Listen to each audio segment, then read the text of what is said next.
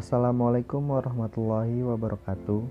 Perkenalkan, kami dari kelompok 9 akan menyampaikan materi tentang asesmen hasil pembelajaran. Sebelumnya, perkenalkan anggota kelompok kami yang terdiri dari Bella Fadilatusana, Luhita Rizkiana Madani, dan Satria Adli Khalid. Selanjutnya ada agenda yang akan dibahas pada hari ini.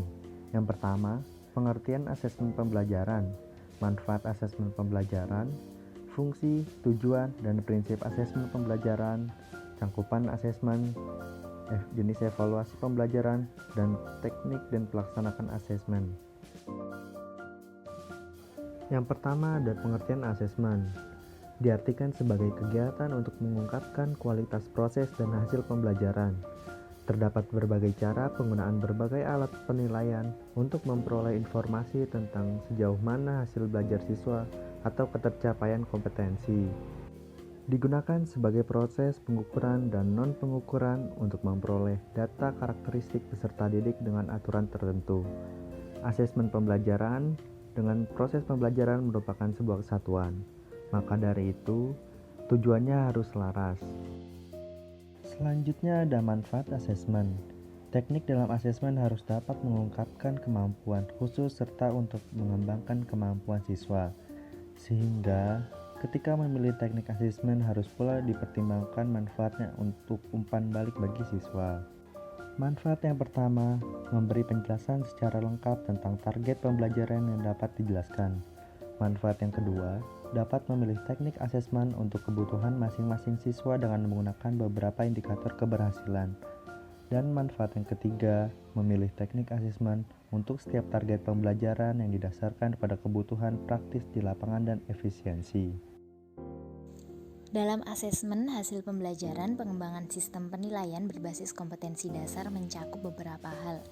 Yang pertama, standar kompetensi yang merupakan kemampuan yang harus dimiliki oleh lulusan dalam setiap mata pelajaran. Yang kedua, rencana penilaian yang berbentuk jadwal kegiatan penilaian dalam satu semester yang dikembangkan bersama dengan pengembangan silabus. Yang ketiga, kompetensi dasar di mana merupakan kemampuan minimal dalam rangka mata pelajaran yang harus dimiliki lulusan. Yang keempat, proses penilaian yang merupakan pemilihan dan pengembangan teknik penilaian, sistem pencatatan, dan pengelolaan proses. Dan yang terakhir adalah proses implementasi kemampuan yang harus dimiliki oleh lulusan dalam setiap mata pelajaran. Penilaian hasil belajar dilakukan dengan dua cara. Yang pertama, penilaian eksternal yang dilakukan oleh pihak lain yang tidak melaksanakan proses pembelajaran, yaitu suatu lembaga independen yang bertujuan juga untuk pengendali mutu pendidikan. Yang kedua, penilaian internal yang dilakukan oleh pengajar secara langsung selama proses pembelajaran. Tujuan asesmen dalam penilaian internal berbasis kelas yang pertama, pendidik dapat mengetahui seberapa jauh siswa mencapai tingkat kompetensi yang dipersyaratkan. Kedua, pendidik dapat memberikan umpan balik kepada peserta didik secara langsung pada saat proses pembelajaran. Yang ketiga, pendidik dapat melakukan pemantauan secara intens terhadap kemajuan belajar dan mendiagnosis kesulitan peserta didik guna dapat menentukan pengayaan yang tepat. Keempat, pendidik dapat menemukan dan menentukan alternatif jenis dan model pembelajaran yang sesuai dan tepat untuk mendukung prestasi hasil belajar peserta didik. Yang kelima, hasil asesmen dapat memberikan informasi kepada orang tua dan komite sekolah terkait efektivitas penilaian pembelajaran yang berimplikasi pada peningkatan mutu pendidikan. Secara keseluruhan, tujuan asesmen pembelajaran berbasis kelas adalah untuk mengetahui perkembangan kemampuan peserta didik baik akademik maupun non-akademik. Fungsi asesmen pembelajaran dapat saya rangkum bahwa asesmen pembelajaran ini berfungsi untuk mengetahui tingkat efektivitas proses pembelajaran yang telah dilakukan. Melalui asesmen pembelajaran, pendidik dapat mengetahui kemampuan dan kesulitan belajar peserta didik selama mengikuti proses pembelajaran. Selain itu juga dapat digunakan untuk membuat kebijakan terkait pengembangan proses pembelajaran. Prinsip asesmen pembelajaran yang pertama yaitu prinsip validitas yang menilai aspek yang seharusnya dinilai.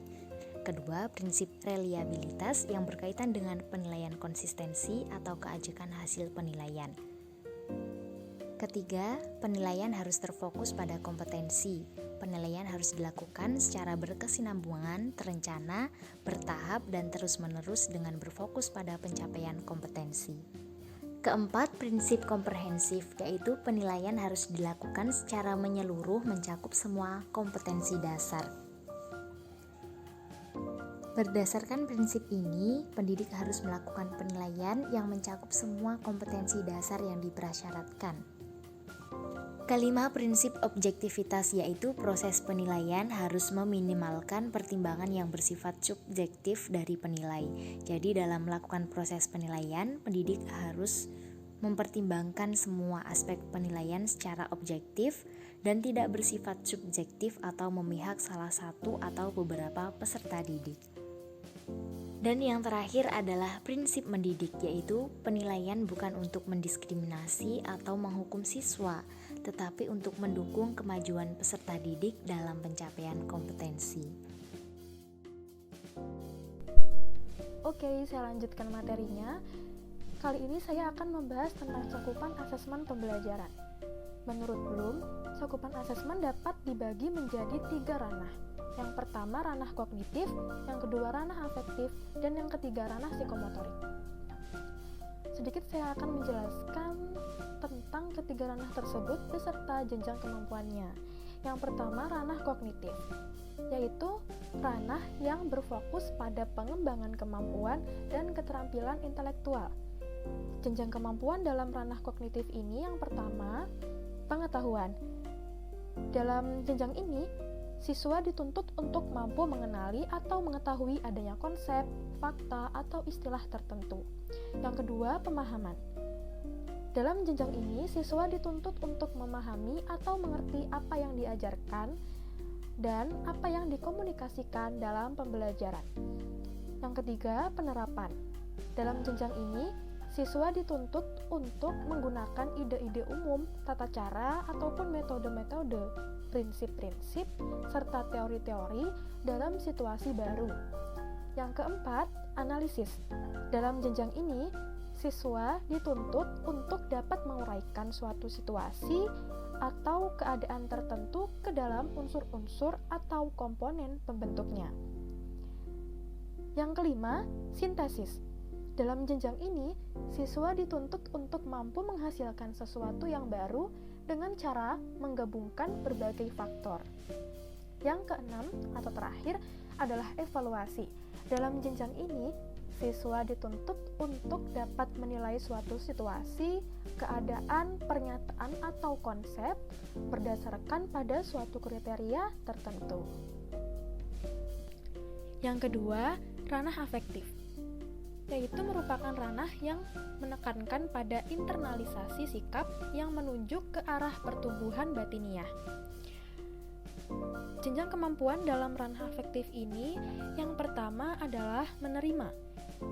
Dalam jenjang ini, siswa diharapkan peka terhadap eksistensi fenomena atau rangsangan tertentu. Yang kedua, menjawab. Siswa tidak hanya peka pada suatu fenomena, tetapi juga bereaksi terhadap salah satu cara. Yang ketiga, menilai. Diharapkan, siswa dapat menilai suatu objek, fenomena, atau tingkah laku tertentu dengan cukup konsisten. Yang keempat, organisasi. Dalam jenjang ini, berhubungan dengan menyatukan nilai-nilai yang berbeda, menyelesaikan atau memecahkan masalah, membentuk suatu sistem nilai. Yang ketiga, ranah psikomotorik adalah ranah yang berkaitan dengan kegiatan-kegiatan atau keterampilan motorik. Jenjang kemampuannya ada 3. Yang pertama, muscular. Kegiatannya seperti mempertontonkan gerak, menunjukkan hasil, melompat, menggerakkan, dan menampilkan. Yang kedua, manipulations of materials. Kegiatannya seperti mereparasi, menyusun, membersihkan, menggeser, memindahkan, dan membentuk. Yang ketiga, neuromuscular. Kegiatannya seperti mengamati, menerapkan, menghubungkan, menggandeng, memadukan, memasang, memotong, menarik, dan menggunakan. Jenis-jenis evaluasi secara garis besar terbagi menjadi 5 jenis. Yang pertama, evaluasi formatif, yaitu penilaian yang dilaksanakan pada setiap akhir pokok bahasan, yang bertujuan untuk mengetahui tingkat penguasaan siswa terhadap pokok bahasan tertentu. Yang kedua, evaluasi sumatif, yaitu penilaian yang dilakukan pada akhir satuan program tertentu, catur bulan, semester, atau tahun ajaran, yang bertujuan untuk melihat prestasi yang dicapai peserta didik selama satu program, yang biasanya secara khusus akan berbentuk penilaian secara tertulis dalam rapot dan penentuan kenaikan kelas. Yang ketiga, evaluasi diagnostik, yaitu penilaian yang dilakukan untuk melihat kelemahan siswa dan faktor-faktor apa saja yang diduga menjadi penyebabnya. Biasanya seorang guru melakukan evaluasi diagnostik ini untuk keperluan pemberian bimbingan belajar dan pengajaran remedial. Yang keempat, evaluasi penempatan, yaitu penilaian yang ditujukan untuk menempatkan siswa sesuai dengan bakat, minat, dan kemampuannya. Misalnya, dalam pemilihan jurusan atau menempatkan anak pada kerja kelompok tertentu. Yang kelima, evaluasi seleksi, yakni penilaian yang ditunjukkan untuk menyaring atau memilih siswa yang paling tepat pada kedudukan atau posisi tertentu yang dibutuhkan. Berikutnya, pelaksanaan asesmen dan penilaian hasil belajar. Penilaian hasil belajar di sini dilakukan oleh 3 pihak. Yang pertama oleh pendidik, yang kedua oleh satuan pendidikan, dan yang ketiga oleh pemerintah. Yang pertama, penilaian hasil belajar oleh pendidik. Pendidik melakukan penilaian ini secara berkesinambungan untuk memantau proses, kemajuan, perbaikan hasil yang dilakukan dalam bentuk ulangan harian, ulangan tengah semester, maupun ulangan akhir semester.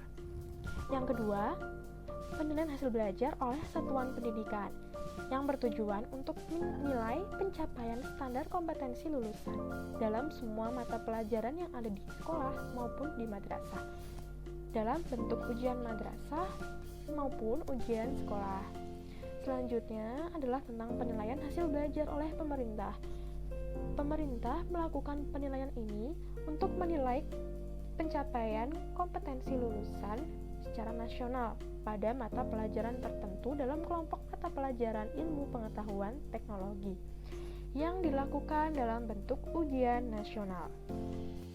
Selanjutnya, teknik asesmen pembelajaran terbagi menjadi 2. Yang pertama teknik tes dan yang kedua teknik non-tes. Dalam teknik tes ini, seorang guru memberikan seperangkat tugas kepada para siswanya. Dan berdasarkan hasil penyelesaian tugas-tugas tersebut, guru akan dapat menarik kesimpulan yang akan digunakan untuk penilaian terhadap siswa. Yang kedua, teknik non-tes. Dalam hal ini, seorang guru melakukan observasi baik secara langsung ataupun tidak langsung. Dalam teknik non-tes ini bersifat sebagai pelengkap dan digunakan sebagai pertimbangan tambahan dalam pengambilan keputusan terhadap penentuan hasil belajar siswa. Sekian penyampaian materi dari kelompok kami. Kurang lebihnya mohon maaf. Wassalamualaikum warahmatullahi wabarakatuh.